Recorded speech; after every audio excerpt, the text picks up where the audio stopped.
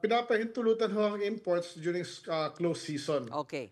So, ibig niyong sabihin, patakaran pala ito during the time of the former president. So, sinabi ba ni Congressman Zaldico na, ginagawa ko na to noon. Meron bang Well, gano'n? hindi naman niya sinabi yun in a way na ganun. But of course, when I looked at the three companies' records, it's clear na ginagawa niya. No? Marami na pinapasok ng tatlong kumpanya. I'm getting all the data, no? Kasi na-review ko na to dati, but I'm looking for the files and we will show the public yan kung ano yung dati at yung tumupo kung ano yung nangyari doon sa quantities nila. You mean, sir, on record, you have records to show that he has asked for these three companies before? No, those companies that sir, the companies na ninominate niya sa akin, yung tatlo na yon, meron naman records niya kung ilan na-import nila dati.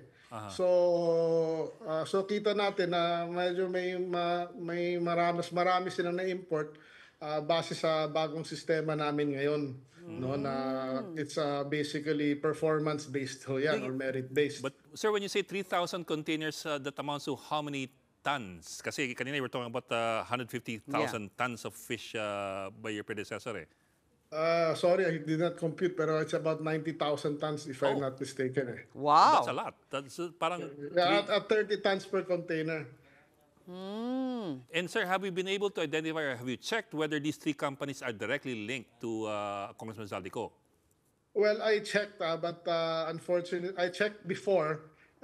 Definitely walang direct link sa kanya. But I have a text niya with his name on a Viber, may timestamp yan lahat, na text niya sa akin.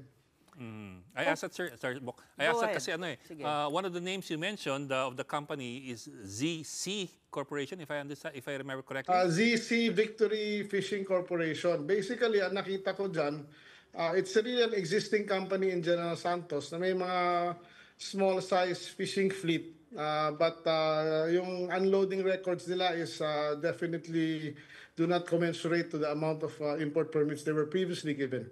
Not to be malicious. But yung ownership nun is real owner naman yon, tingin ko. But at the end of the day, yan ang ninominate niyang kumpanya sa akin at yun ang gagamitin niya. Yes, sir. Kasi coincidentally lang, the initials are the same. ZC. I also thought that, pero the company's name is really ZC.